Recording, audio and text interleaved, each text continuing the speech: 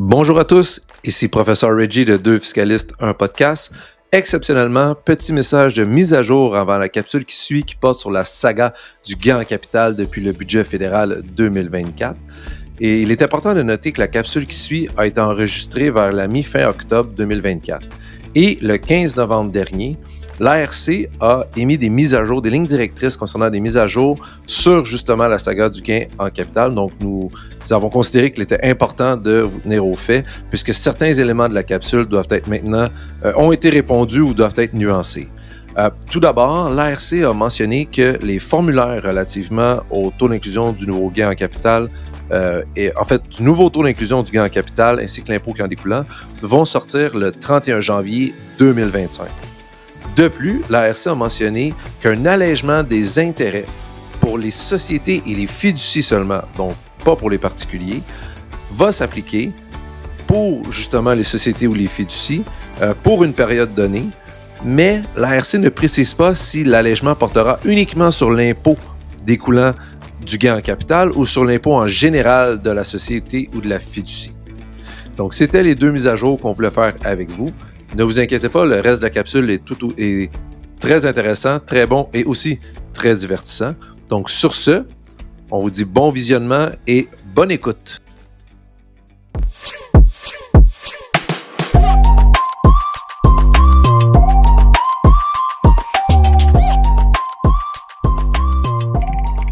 Qu'est-ce que tu penses qui va arriver avec l'imposition du gain en capital?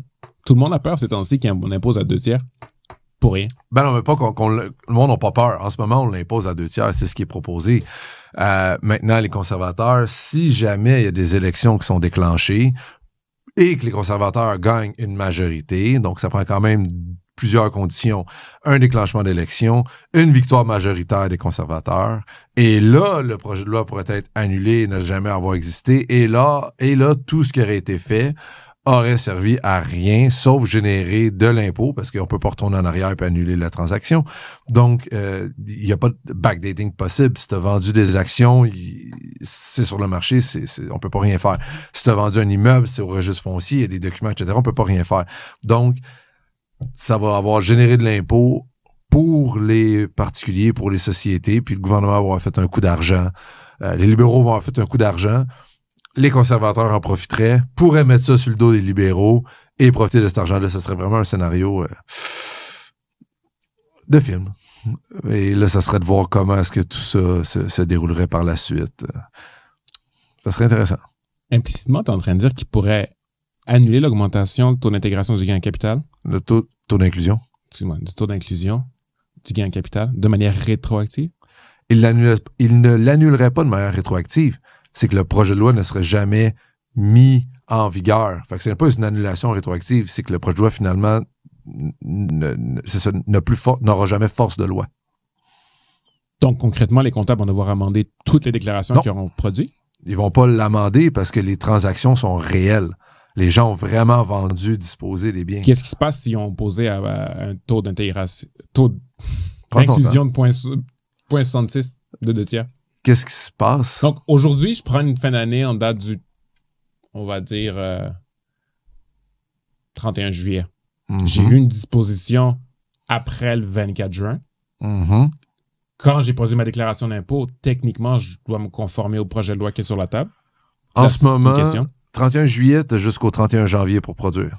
Donc, on va se dire en pratique, c'est rare que tu produis des déclarations très d'avance, fait que je serais surpris que la déclaration du 31 juillet soit produite. Néanmoins, il peut y avoir une provision qui a été faite, on peut l'avoir estimée et payer l'impôt. Si elle n'est pas produite, on va s'ajuster, puis au pire, si on a payé trop d'impôt, on va avoir un remboursement. Si la déclaration du 31 juillet a effectivement été produite et qu'il y avait un gain avant le 25 juin et un autre gain après le 24 juin et qu'un taux a été utilisé, eh bien, soit qu'il va y avoir un amendé ou soit que l'ARC va directement corriger la situation lorsqu'elle va cotiser. Un des deux. Parce que techniquement, dans les fichiers de l'ARC, ce n'est pas encore un taux de 66 et 2/3. Donc, si vous avez fait ça, normalement, l'ARC devrait avoir un mécanisme qui fera en sorte que, le taux d'inclusion n'est pas bon. Si l'ARC cotise tel quel et qu'effectivement, vous avez eu un mauvais taux d'inclusion, oui, ça va être un amendé. Mais présentement, ça avait sorti, je ne me rappelle plus dans quel média, que présentement, les comptables avaient un problème parce que le logiciel qui est utilisé pour calculer le taux d'inclusion du gain en capital, présentement, n'est pas à jour. Ne tient pas compte du taux d'inclusion. Il y a plusieurs, ou en tient compte, mais avec des anciennes modifications. Bref, il n'est pas approprié, il n'est pas à jour. Donc, les comptables sont pas capables de produire parce que le logiciel n'est pas à jour. Le logiciel n'est pas à jour parce qu'eux, ils attendent l'approbation de l'ARC pour les nouveaux formulaires, etc. Et l'ARC ne peut pas donner l'approbation parce qu'ils attendent que la sanction soit faite du projet. Et la sanction risque d'arriver seulement en janvier. Donc, tout le monde attend après le gouvernement. Et le pire dans tout ça, c'est que si, par exemple, vous aviez un 30 juin, puis que ça donne que vous aviez des gains avant le 25 juin et après le 24 juin, mais avant le 30, et que vous êtes obligé de produire d'ici le 31 décembre, sinon il y a des intérêts et des pénalités, eh bien, vous allez, bien, si jamais vous êtes trompé ou quoi que ce soit, ou si jamais finalement les libéraux restent au pouvoir puis que le projet de loi est approuvé, puis que vous avez filé en ayant des mauvaises informations ou que vous avez attendu en janvier pour avoir les bonnes informations pour filer, vous allez devoir payer des intérêts et pénalités qui ne sont entièrement pas de votre faute. C'est une injustice fiscale.